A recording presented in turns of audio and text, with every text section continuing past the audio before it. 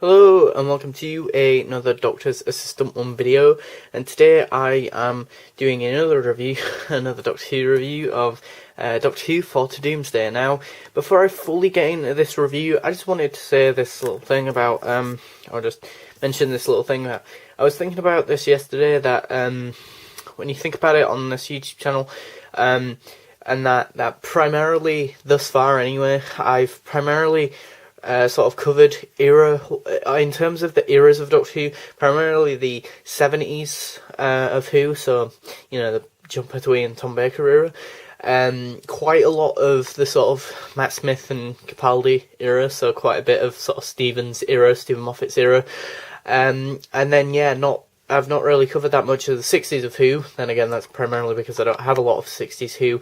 But then also a lot of 80s Who I haven't really covered. So, you know, Peter Davison, Colin Baker and Sylvester McCoy, really. Which is a shame because I like Sylvester McCoy as the Doctor. And although Peter and Colin aren't my favourite Doctors, they do bring something. You know, every actor who's played the role of the Doctor has definitely brought something to the role. And in the case of Pete Davison, I definitely think he achieved what he wanted to do, which was that he wanted to make the character of the Doctor a lot more vulnerable, especially after the likes of John Pertwee and Tom Baker, who, you know, you could never really 110% or believe that they were in peril a lot of the time. But yeah. So today I'm going to be looking at, as I said before, Fall to Doomsday. Another little random anecdote or thing. Purchased this one at the Doctor Who Experience before it closed, so yeah, that's the thing. The Peter Davison years, 1982 to 1984. Then you've got Peter Davison as the Fifth Doctor there. You've got this evil cabbage guy there, this other character.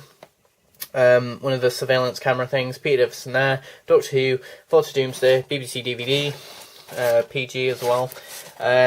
2 Entertainment, BBC, Fall to Doomsday, Peter Davison, Doctor Who. Then on the back you've got the special features and the commentaries and all that, all the legal guff, gubbins, the synopsis, and then the row of screenshots and whatnot. Then in the actual thing you've got the disc, of course, and then you've got the writer's notes. After reading the writer's notes before watching this episode, yeah, I think they've also hit the nail on the head. This episode is very much a sort of traditional, if you can even have a traditional Doctor Who story, I would say this is sort of that, whatever that is, I think this captures that. And what's even weirder is that this is sort of technically, although it's Pete Davison's second episode in chronological order, it's technically his first outing as the Doctor, because John Nathan Turner made him record this one first and then later down the line probably do Cast Revolver. So yeah, and from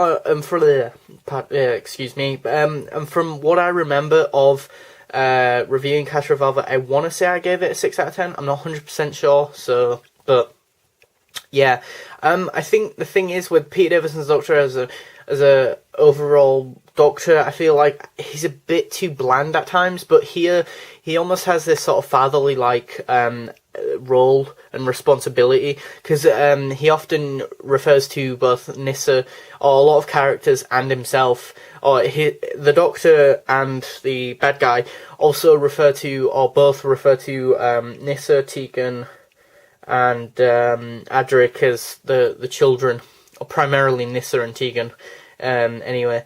So yeah, which I thought makes the Doctor come across like a father figure, which is not too dissimilar to the whole 60s era of Doctor Who, you know, with the whole grandfather-like thing going on and that. So yeah, I found the ending of this story actually probably one of the better cliffhangers of this story. It ends in a rather peculiar way.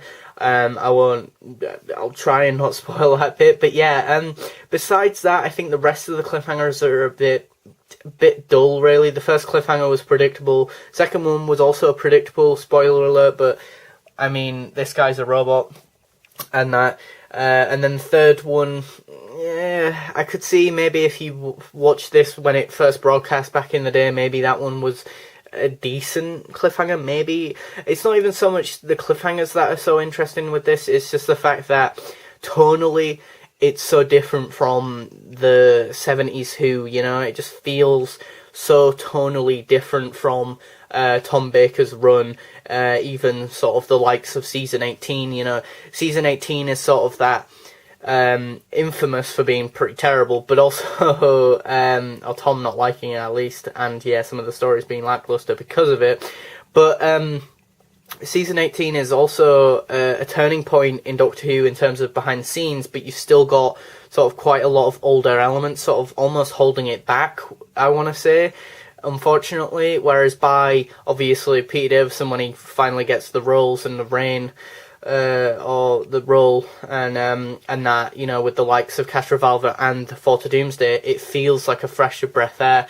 Now, I think, as well, you probably had a lot of newer viewers, a lot of people who'd never watched Doctor Who before, viewing and starting with Castrovalva and then this one. So I think this is why it's so sort of true to form and sort of not formulaic but basic in its premise, or basic as in, you know, you've got your stereotypical spaceship which looks amazing at the beginning. I think it does, but then again, I'm a fan of practical effects and and that sort of models and stuff like that. They've always sort of fascinated me.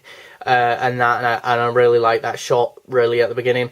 You know, again, I think it's one of the very few Peter Davison stories where I feel like a lot of the cast beyond just the Doctor and Nyssa, you know, Tegan and Adric, they all feel like the one unit. They all feel like they have something to do to further the plot in as small and or big a way as necessary, really. And that, I think part 3 is rather cram-packed and a bit too fast-paced. It's either part 3 or it might be part 4, actually, but one of the latter end sort of parts is there's a bit too much content in there, where it could have been dispersed out, or, you know, spread out a bit more. But no, I really like the villain-esque character. He was really interesting. I love the prosthetics of that guy, even though he looks like a cabbage, the main guy there. Really interesting premise with all the different people from Earth's history, and, you know, the set design's pretty decent, some of the music's okay. Peter Davison has this sort of, you know, as I say, like, fatherly figure to him, you know, or fatherly, like, response about him, you know, that he is responsible for, obviously, Tegan, Nyssa, and Adric, and that. You know, at the beginning he's like, you know, oh, I'll take you back to Heathrow Airport, and then obviously gets it wrong and that, which I thought was pretty funny. The side character of this guy's pretty good as well. He was pretty entertaining. You know, the other two characters with him, I can't remember their names, but were really good and entertaining as well. Again, the first cliffhanger, for me anyway, I thought was rather predictable. Whether or not you will, I don't know.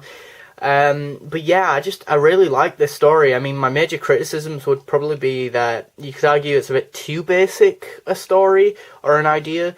You could argue that it's a bit too basic, a bit too formulaic maybe, or a bit too sort of playing it safe for Doctor Who, I guess. I mean, I think there's some decent bits where, like, the Doctor goes outside the big spaceship thing, and then there's all that CSO sort of stuff, and, you know, he's trying to get to the TARDIS, he chucks the tennis ball at the spaceship, and that gives him more, like, pushes him back towards the TARDIS and that. And that, you know, there's some, I think Peter Davison is actually really good in this story, considering it's his first outing as the Doctor and that. I think he's really decent here. He seems to be rather confident. You know, I don't know, like, I feel like the first part as well, you could argue, is a bit too slow. It's almost like imagine the bits where, with Earthshock, with Pete Davidson's Fifth Doctor and Adric are just going around the spaceship, but imagine that, but a lot more slower pace. And instead of Sidemen, it's like an original Doctor Who villain. So, because again, that might turn some people off, you know, the fact that it's not got a proper old school Doctor Who villain and that. But then again, you know, this was for a new era.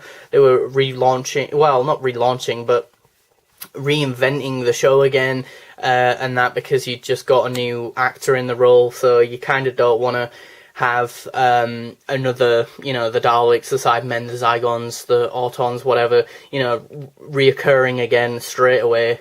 and so I think it made sense really from a production standpoint and a narrative standpoint to throw in some new bad guys, which I thought again were really interesting because they're not like villainous, they're rather intellectual, they try and manipulate the Doctor and the characters, and I feel like as well there's something about this story that kind of reminds me of, like, say, something like Chris Chibnall's 42, which is an episode I actually really like, which is, I know, heresy, because a lot of fans really don't like that story for one reason or another, but I've always liked 42. You know, there's an air of sort of new series-esqueness to it, which is an oddity, really, as a advocate and well, not an advocate, but as a sort of person who grew up with the new series and that, I think that's a major compliment to me, to be going back to a classic series story all these years later and saying, you know what, this has some really good sort of you know, writing and some really good elements that I could see this being a David Tennant story, you know. And again, I think it's one of the rare times in the classic series in Peter's run where I feel like most of the characters have something to do. As big or as little as that is, it still feels relevant in some capacity, and none of the characters of Nyssa, Tegan, and Adric feel too wasted. You know, Adric feels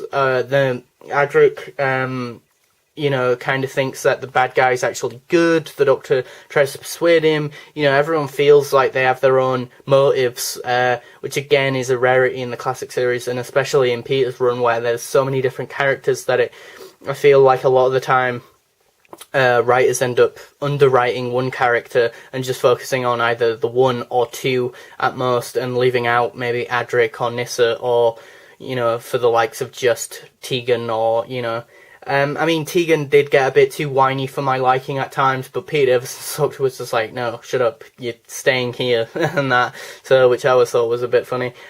She tries to fly the TARDIS terribly, and that, but I mean, who wouldn't be terrible at flying the TARDIS, and that, but, you know, she gave it her all.